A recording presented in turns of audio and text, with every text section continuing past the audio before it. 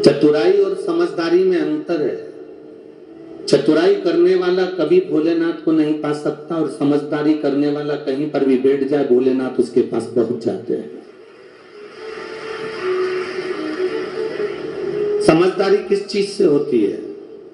समझदारी वो नहीं है कि आप बहुत पढ़ लिख गए तो समझदार बन गए, आप ऊंचे सिंहासन पर बैठ गए तो समझदार बन गए, आप एसपी कलेक्टर बन गए तो समझदार बन गए, आप कोई मंत्री का पद पा लिए तो समझदार बन गए, आप किसी खूब ऊंचे सिंहासन पर बैठ गए तो समझदार बन गए। पढ़ाई कर ली, इंजीनियर बन गए, डॉक्टर बन गए, कलेक्टर बन गए, एसपी बन गए, एसडीएम बन गए, मंत्री बन गए, संतरी बन गए, कलंतरी बन गए, उसका मतलब ये नहीं कि आप समझदार हो गए। समझदार किसको कहा गया? खूब पढ़ने वाला व्यक्ति समझदार नहीं होता, खूब पढ़ने वाला व्यक्ति समझदार की गिनती में नहीं आता। समझदार तब होता है कि डॉक्टर के ओहदे पर बैठने पर, इंजीनियर के ओहदे पर बैठने पर, मंत्री के ओहदे पर बैठने पर, ऊंचे सिंहासन के ओहदे पर बैठने पर, collector, SP, SDM, DSP, SSP, जो कमिश्नर आदि पद हैं, उन पर बैठने के बाद भी आप किसी के दुख को देखकर दुखी हो जाओ और सुख कर देखकर सुखी हो जाओ, तब समझना कि आप समझदार हो। ये डिग्रियां तो कोई भी प्राप्त कर सकता है, डिग्रियों के बल पर तो कोई भी पद प्राप्त कर सकता है। कोई डॉक्टर बन सकता है, कोई इंजीनियर बन सकता है, कोई कलेक्टर बन सकता है, कोई मंत्री बन सकता है, कोई ऊंचे ऊंचे सिंहासन पर बैठ सकता है। उसमें समझदारी का पद नहीं होता। समझदारी डिग्रियों से नहीं आती, समझदारी वो आती है जो हमारे घर से दी जाती है। माँ बाप, घर के माता पिता अपने बच्चों को जो संस्कार देते हैं, कोई भूखा है उसको भोजन करा देना, कोई प्यासा है उसको पानी पिला देना। आप गाड़ी से जा रहे हो, पड़ोस का व्यक्ति नीचे गिर गया, आप खुश होकर अपनी गाड़ी आगे बढ़ाकर चले गए। बड़ी बड़ी गाड़ियों में आप बैठ कर जा रहे हो और सोचते हो मेरे पास में ये पद है, मेरे पास में ये प्रतिष्ठा है, मैं समझदार हूं। इसको समझदार नहीं कहा गया। किसी गिरे हुए को उठाकर हॉस्पिटल तक पहुंचा देना, ये समझदारी कहलाती है।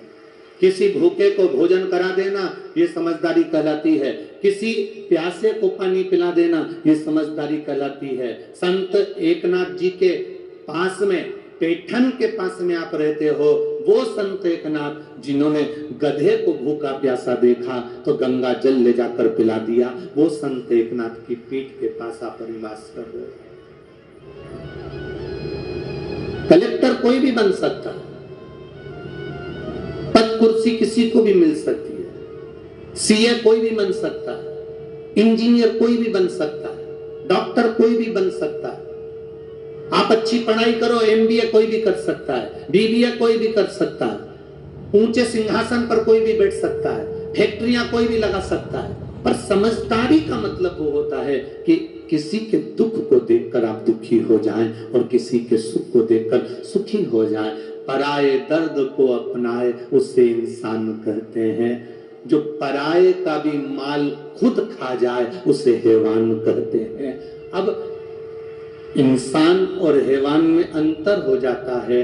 जो दूसरे के दर्द को समझे, दूसरे के दुख को समझे, दूसरे के कष्ट को समझे, वो समझदार है, उसे समझदारी कहते हैं।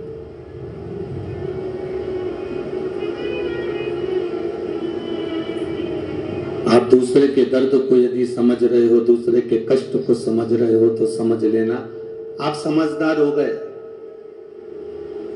घर का एक बड़ा व्यक्ति, घर का एक पिता, घर का एक भाई, घर का एक बुजुर्ग, घर का बड़ा,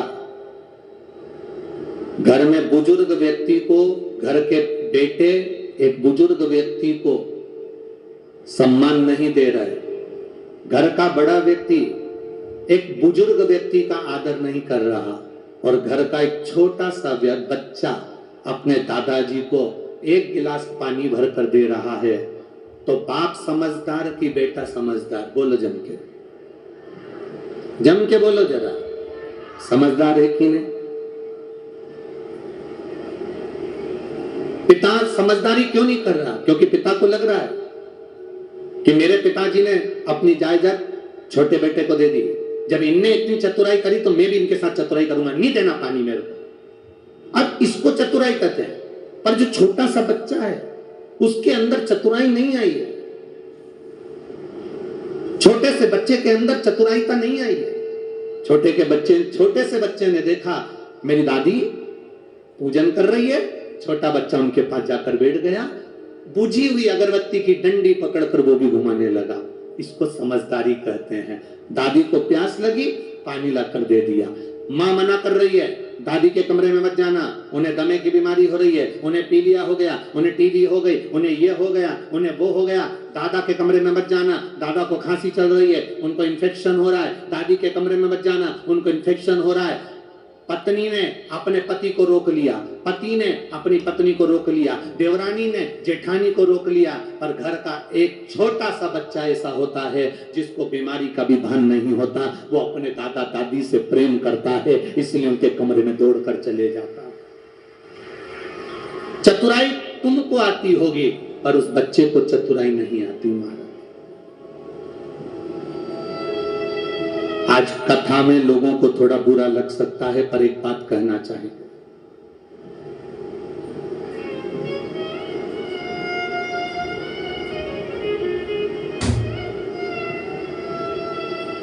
एक बात आपसे कहना चाहेंगे, थोड़ा बुरा लग सकता है, लग जाए तो घर जाके ठंडा पानी में नहा लेना, लग जाए तो लग जाए। पहले के समय में, पहले के जमाने में दरवाजे पर एक व्यक्ति को बिठाया जाता था कि अंदर कोई कुत्ता ना आए। बोलो सही है कि गलत है? कोई जीव जानवर अंदर ना आए। पहले के समय में एक चौकीदार, एक व्यक्ति को, मनुष्य को, इंसान को बिठाया जाता था कि अंदर कोई कुत्ता ना घुस जाए, अंदर कोई जानवर ना घुस जाए, अंदर कोई जीव जंतु प्रवेश ना कर जाए। आज के जमाने में दरवाजे पर कुत्ते को बिठाया जाता है कि कोई इंसान अंदर प्रवेश ना कर जाए। बदलाव देखिए, कितना बदलाव है। कुत्ते को साबुन से नहला रहे हो और अपने आप को गौरव महसूस कर रहे हो कि मैंने कुत्ता नहलाया। कुत्ते की चेन पकड़कर, कट का चड्डा पहनकर, क्या बोलते हैं भगवान, हम तो जानते भी ना है। हाँ वो समझ गए ना, तुम लोग समझ गए ना, बस इतना इतना बरमुंडा, इतना इतना। अब उसको पहनकर, टी शर्ट पहनकर सवेरे सवेरे मॉर्निंग वॉक में कुत्ता घुमा रहे तो अपने आप को ऐसा महसूस कर रहे कि मैं दुनिया का सबसे बड़ा सेठ हूं। पर देखने में ऐसा लगता है कि तुम कुत्ते को घुमा रहे हो कि कुत्ता तुम्हें घुमा रहा है। समझ नहीं, समझ नहीं आता। आज के तो कुत्ते भी समझ में नहीं आते कि इनका मुंह किधर है और पूंछ किधर है। कुत्ते भी समझ में नहीं।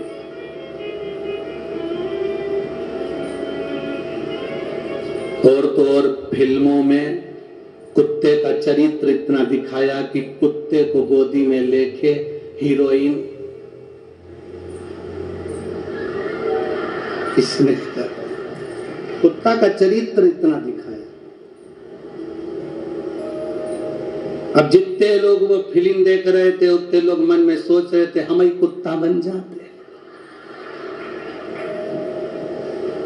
अब जिसको भगवान शरीर दिया और परमात्मा संत बनने के लिए दिया और वो अपने आप को कुत्ता बनाने का प्रयास कर रहा, जरा समझिएगा।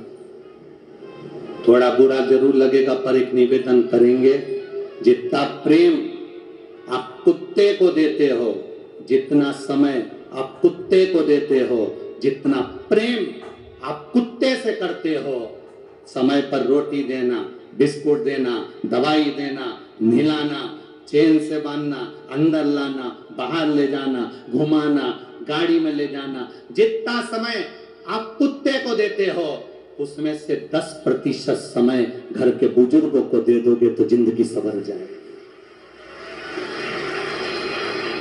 केवल 10% समय घर के बूढ़े व्यक्ति को देना चालू कर दो तो जिंदगी संवर जाएगी। कुत्ते से लाड लड़ाओगे तो अगला जन्म तुम्हारा कुत्ते का पाओगे, पर बुजुर्गों से लाड लड़ाओगे तो उनके आशीर्वाद से तब करोड़पति बन जाओगे, पता नहीं चल पाएगा। उनका आशीर्वाद, उनका हाथ तुम्हारे सिर पर पड़ेगा तो तुम्हारी जिंदगी सार्थक हो जाएगी, तुम्हारा जीवन धन्य हो जाएगा।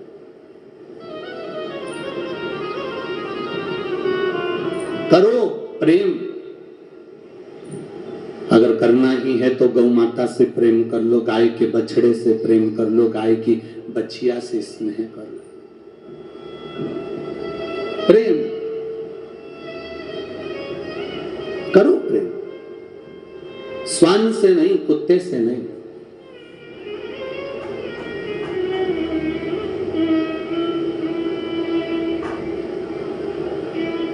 मत बुरे कर्म कर बंदे वरना पछताएगा, भगवान की आंखों से तू बच नहीं पाएगा, तू बच नहीं पाएगा।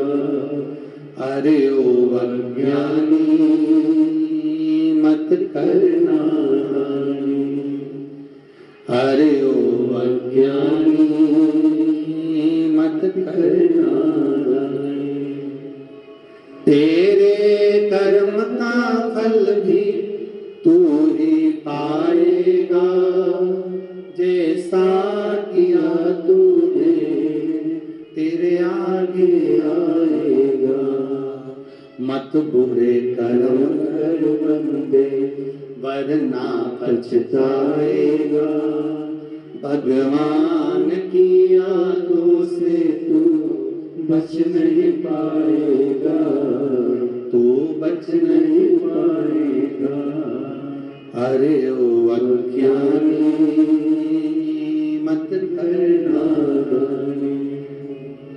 अरे ओ अज्ञानी मत करना। चतुराई बच्चों को नहीं आती, चतुराई भोले व्यक्ति को नहीं आती।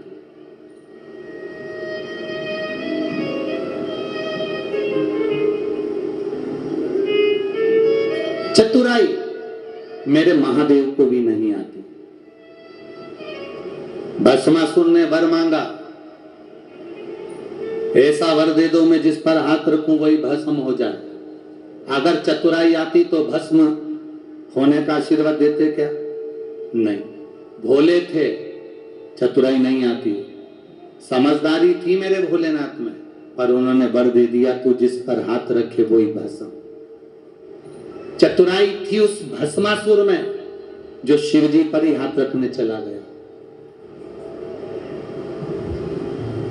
चतुराई थी भस्मासुर में तो वो शिवजी पर हाथ रखने चला गया। शंकर जी दौड़ते दौड़ते दौड़ते दौड़ते दौड़ते दौड़ते भगवान विष्णु के पास पहुंच गए, क्योंकि उनको मालूम है ये भी चतुर है तो उसका नाम भी चतुर नारायण है, मैं उसके पास चले जाऊं। अगर ये चतुर है तो मैं चतुर नारायण के पास चले जाता हूं और चतुर नारायण के पास पहुंच।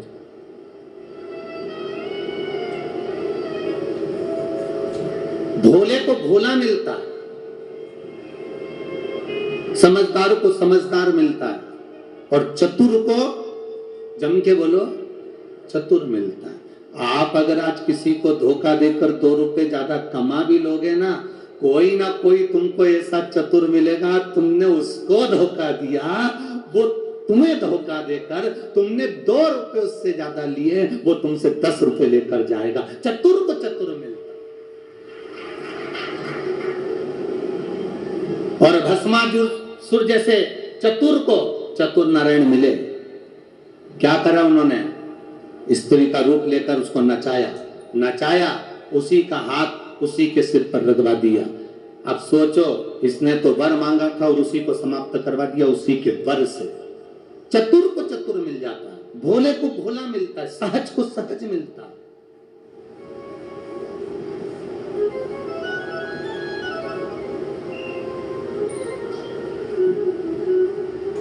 जिनको लगता है जिनको लगता है मेरी शादी होगी तो ना जाने सास कैसी मिलेगी, जिसको लगता है मेरी शादी होगी ना जाने ननद कैसी मिलेगी, मेरा उनसे निवेदन है, अगर आप अच्छे हो ना तो आपको ये कुछ कहने की जरूरत नहीं है। आप सरल हो ना, आप अच्छे हो ना, तो दुनिया में सब तुमको अच्छे मिलेंगे। जब हम बुरे होंगे तो दुनिया में सब बुरे मिलेंगे। एक नई लड़की शादी कर कर ससुराल में गई। ससुराल में जाने के बाद उसने सहेलियों ने कह दिया था सास बड़ी बुरी होती है, ननद बड़ी बुरी होती है, इसका काम केवल चोटाई करना और चुगली करना होता है। ननद का काम केवल चुगली करने का है, देवर का काम केवल घर में बैठ के खाने का है, बहू का काम पूरे जिंदगी भर पिसाने का है।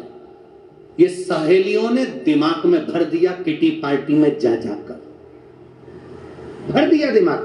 तेरी सास बुरी, ससुर बुरा, जेठ बुरा, देवरानी बुरी, जेठानी बुरी, ननद बुरी। लड़की शादी कर कर जैसे ही ससुराल पहुंची उसके दिमाग में फंसा हुआ था सास बुरी होती है। सास ने उसको कहा बेटा सुनो, हाथ में बहुत सारी सोने की चूड़ियां हैं, मेहमानों ने दी, हमने दी, तुम्हारी मम्मी ने पापा ने दी, तुम एक काम करो, काम करोगी, आटा वगैरह उसनोगी, करोगी, हाथ की चूड़ियां थोड़ी सी उतार कर रख दो, लाओ मैं संभाल के रख देती हूँ, लाओ मैं संभाल के रख देती हूँ। सास ने भला सोचा, इसको लगा सास तो लोभी है, मेरे हाथ की चूड़ियां ले रही है।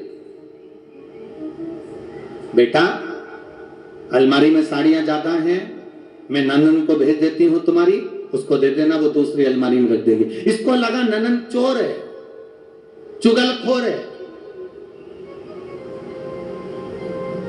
ससुर ने शाम को कहा बेटा कल तुमने भिंडी की सब्जी बना ली थी, आज तुम टमाटर की सब्जी बना लेना। इसको लगा ससुर बड़ा लोभी है।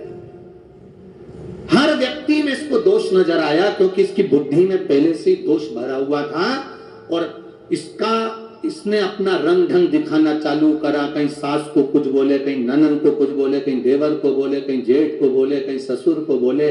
सब इससे बात करना बंद कर दिए, दूर हो गए। अभी शादी करी, 15-20 दिन हुए, ये बहू ऐसा क्यों कर रही है, आखिर इसको क्या पड़ गया ऐसा, समझा रहे हैं, समझ नहीं रही। ये विदा लेकर अपने पिताजी के घर गई। माँ ने पूछा बेटा तेरे ससुराल वाले मिले होंगे, कैसे लगे सब? बेटी ने कह दिया सास नंबर 1 की बेकार, ससुर लोभी, ननन चुगलखोर, देवर मक्कार बैठे बैठे खाता है, जेठ और बुरा, जेठानी सबसे गंदी, और मेरा पति वो तो राक्षस है।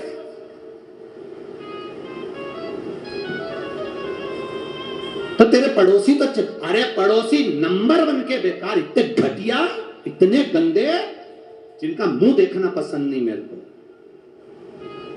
मां समझ गई, पड़ोसी तो अच्छा लगता ना, इतने बड़े परिवार में कोई तो ठीक नजर आता ना, पर दिक्कत केवल इतनी सी है जो काले कलर का चश्मा लगाता है उसको सब काले नजर आते हैं, जो पीले कलर का लगाता है उसे पीले दिखते हैं, जो नीला लगाता उसे नीले दिखते हैं, जो लाल लगाता उसे लाल दिखते हैं, जो खुद अंदर से बुरा होता है उसे सारा विश्व बुरा नजर आता है। ये सृष्टि सब गंदे। क्या चाहती है, क्या चाहती है? बस अगर एक सुधर गई ना तो सब सुधर गए। कौन? मेरी सास की बहुत चलती है मां, मेरी सास का मुंह बंद कर दो बस, या ऐसा मुझे स्लो पॉइजन दे दो कि ये धीरे धीरे करके मर जाए। सास, इसकी मां जो थी उसने अपने पति से कहा जो डॉक्टर था, तुम्हारी बेटी को स्लो पॉइजन चाहिए सास के लिए। डॉक्टर कभी किसी को मारना नहीं चाहता, जब तक दम लगती है उसको बचाने का प्रयास करता है। जब तक उसमें श्वास है तब तक डॉक्टर डॉक्टर भी आस देते रहता है कि बच सकता है, बच सकता है। डॉक्टर ने अपनी पत्नी से कहा, ये पुड़िया ले जाओ, बेटी को दे दो। बेटी से कहना रोज थोड़ा थोड़ा चाय में डाल देना। पर बेटी से कहना अब सास 1.5 महीने में मर जाएगी तो 1.5 महीने में उससे झगड़ा मत करना। अब मरने तो वाली है ना, तो उससे प्रेम करना। जो बन सकता वो बोलेगी तो तू चुप रह लेना, वो आड़ा टेढ़ा कहे तू मौन रहना, ठीक है। थोड़ा थोड़ा सा डालना, सास मर जाएगी। बहू फिर पहुंची ससुराल, चाय बनाती, उसमें थोड़ी सी डाल देती, डालती, सास को दियाती। सास कुछ भी बोलती, बहू सुन लेती। सास को अच्छा लगा कि अपने माँ के घर गई थी तो माँ ने कुछ सिखा दिया, सुधर गई, अच्छी हो गई। आज सास ने कहा चल मैं तुझे बाजार ले चलती हूँ, तेरे पाँव की चप्पल बेकार हो रही है, दिला लाती हूँ। चप्पल दिलाने गई तो सूट भी दिला लाई, कपड़े भी दिला लाई। उसने कहा माँ मेरे हाथ की अंगूठी खराब हो गई, माँ ने उसको तुड़वा के दूसरी बड़ी साड़ी बनवा दी। चल, सास बहू में 15 दिन में इतना प्रेम हो गया, इतना प्रेम हो गया, इतना प्रेम हो गया। बेटी दौड़कर अपनी माँ के पास वापिस मायके जाकर कहती है, माँ पिताजी से कह दो मैं अपनी सास को मरता हुआ नहीं देखना चाहती, उसको वापिस जिंदा कर दे। हम सुधर गए, हम अपने आप को संवार लें। ना सास बुरी होती है ना बहू बुरी होती है। बुरा समय होता है, वक्त होता है, उस समय को थोड़ा सा टाल दीजिए, अपने आप आपकी जिंदगी संवर जाएगी, अपने आप आपका जीवन संवर जाएगा।